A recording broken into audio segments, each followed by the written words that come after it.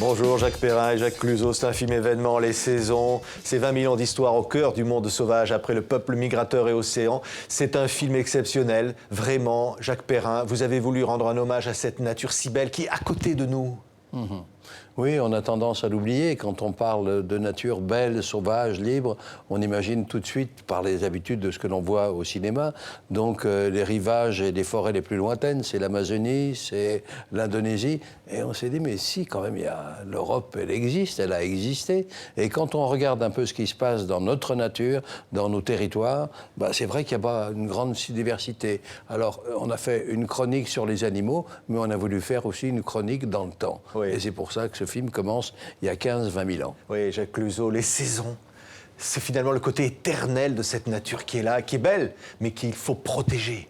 Voilà, et puis ces saisons n'ont pas toujours existé. Si on retourne 20 000 ans en arrière, il y a un hiver, c'est les premiers minutes du film, qui dure depuis 80 000 ans.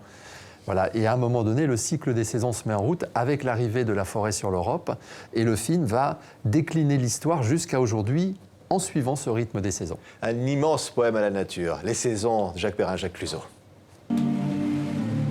L'hiver durait depuis 80 000 ans. Dans des conditions hostiles, des animaux résistent au froid glacial. Sur l'immensité, peu de traces des hommes. Imperceptiblement, la Terre s'incline et s'offre un peu plus au soleil. Quelques degrés de plus et tout est bouleversé. D'immenses étendues forestières envahissent l'Europe. Ainsi commence l'âge d'or de la forêt. Ainsi commencent les saisons.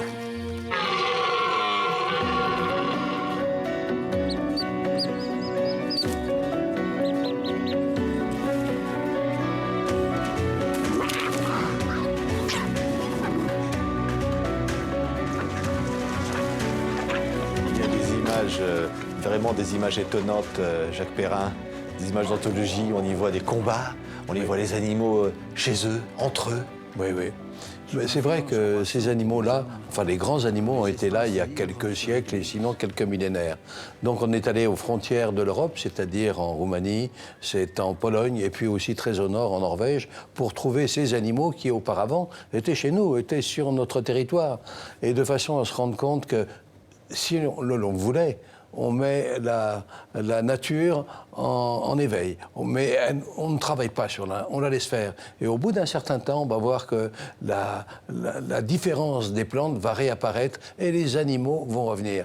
Mais il faut que l'homme sache ne rien faire. Ah ouais. De se reculer et laisser la nature accomplir d'elle-même son travail. On y voit dans cette plongée, cette immersion dans la forêt, dans la nature, ces animaux extraordinairement beaux, cette vie sauvage merveilleuse, et en même temps la présence de l'homme, progressivement, de plus en plus, même parfois jusqu'à devenir terrifiante. Voilà, on essaie de parcourir ce temps, cette histoire qui est habituellement une histoire d'hommes, aux côtés des animaux, voir de leur point de vue, qu'est-ce qui s'est passé, qu'est-ce qui leur est arrivé, qu'est-ce qui s'est passé autour d'eux, comment leur territoire s'est modifié. Donc effectivement, l'homme est en fait le figurant du film. L'acteur principal, c'est l'animal. Oui, l'animal dans la nature, Jacques Perrin. On va avoir des images de Comment vous faites des images comme ça? Vous vivez au milieu, vous êtes au service des animaux? C'est la chance que nous avons.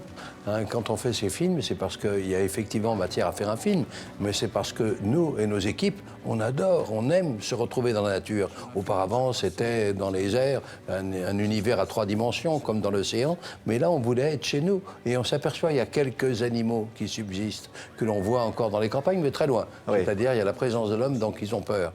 Mais quand on va à nos frontières, on retrouve avec les ours, on retrouve encore avec le bison, encore des troupeaux sauvages. Et c'est magnifique. Et encore une fois, il faudrait peu de temps pour que tout ça revienne. Et c'est un peu le message du film. Et de façon à quoi? Retrouver une espèce de réconciliation avec les animaux. On ne peut pas vivre tout seul. Ce serait triste à mourir. Donc la seule possibilité, c'est de traverser nos forêts, mais vivantes. Puis les vraies forêts. Pas des lopins de forêt, mais des vraies forêts. Donc tout ça, il faut retourner un peu en arrière, faire amende honorable et s'apercevoir qu'on n'a pas toujours été dans le bon sens. Oui. Mais il n'est pas trop tard. On voit bien, hein, Jacques Cluzot, que l'homme détruit des arbres, que finalement l'homme avance et la forêt recule. Oui, on commence avec l'âge de pierre, au temps néolithique. Les arbres commencent à tomber et puis de plus en plus. Et c'est vrai qu'à l'époque de Colbert, la France a plus de forêt, quoi. On a vraiment tout ratiboisé. On a ratiboisé, en fait, au fil des siècles, à différentes époques, toute l'Europe. Voilà, on peut parler de l'Amazonie aujourd'hui, mais nous, chez nous, on a tout coupé. Tout coupé. Oui. Voilà. Et puis maintenant, la forêt est beaucoup plus importante, elle est revenue, elle continue à revenir, la déprise agricole fait qu'elle revient d'elle-même, et puis le réchauffement fait aussi qu'on la voit partir à l'assaut des montagnes des Alpes, par exemple. C'est extraordinaire, Jacques Perrin. C'est que ce film-là, on y voit cette nature qui est toute proche comme ça de ces forêts. On a l'impression, finalement, pour être en Afrique, en Amazonie, vous le disiez, ces animaux ont une vie, ils s'aiment, ils se battent, ils survivent. Oui, oui, et de découvrir la faune sauvage sur nos territoires qui sont celles des animaux, hein, auparavant, c'est un bonheur. On se rend compte que se balader le dimanche, c'est pas de se balader dans des bois, dans des forêts qui sont tristes, non. Il y aurait, dans les branchages, il y a tous les oiseaux qui se parlent, qui se répondent. De temps en temps, derrière un buisson, on voit courir un animal d'une façon furtive. Tout ça, ça éveille l'attention. Et je pense que l'attention des plus jeunes, ils auront un bonheur à les découvrir. Et pour les connaître, il faut qu'ils soient accompagnés par un adulte qui saura auparavant ce qu'il va voir. Et d'un seul coup, il y aura une harmonie entre les plus jeunes et les plus anciens, et surtout avec les animaux, et puis les plantes, les arbres. Ouais. Ce qui est magnifique, c'est cette musique aussi. Je disais, c'est une sorte de poème à la vie, hein, Jacques Cluzot. Oui, vous parlez de musique. Alors effectivement, il y a déjà la musique de la forêt. Et puis dans cette ambiance de forêt qu'on entend avec un son particulier, Bruno Coulet a glissé sa musique. C'est-à-dire il est parti de l'univers sonore de la forêt pour s'immiscer à pas de velours dans la musique et dans le son du film. On vous voit souvent, Jacques Perrin, dans ces films-là, vous adressez à un enfant, pensez au monde de demain, à cette génération de demain, finalement en prenant ces enfants par la main, dire voilà le monde tel qu'il est aujourd'hui. C'est un peu ça, mais c'est aussi de rappeler à nous, adultes, voilà un enfant. Donc il faut qu'on œuvre pour cet enfant. Il ne s'agit pas de s'interroger, en voir d'une façon béate, oh, c'est formidable les enfants, non. D'un seul coup, quand on voit un enfant, il y a un engagement, on devrait avoir un engagement.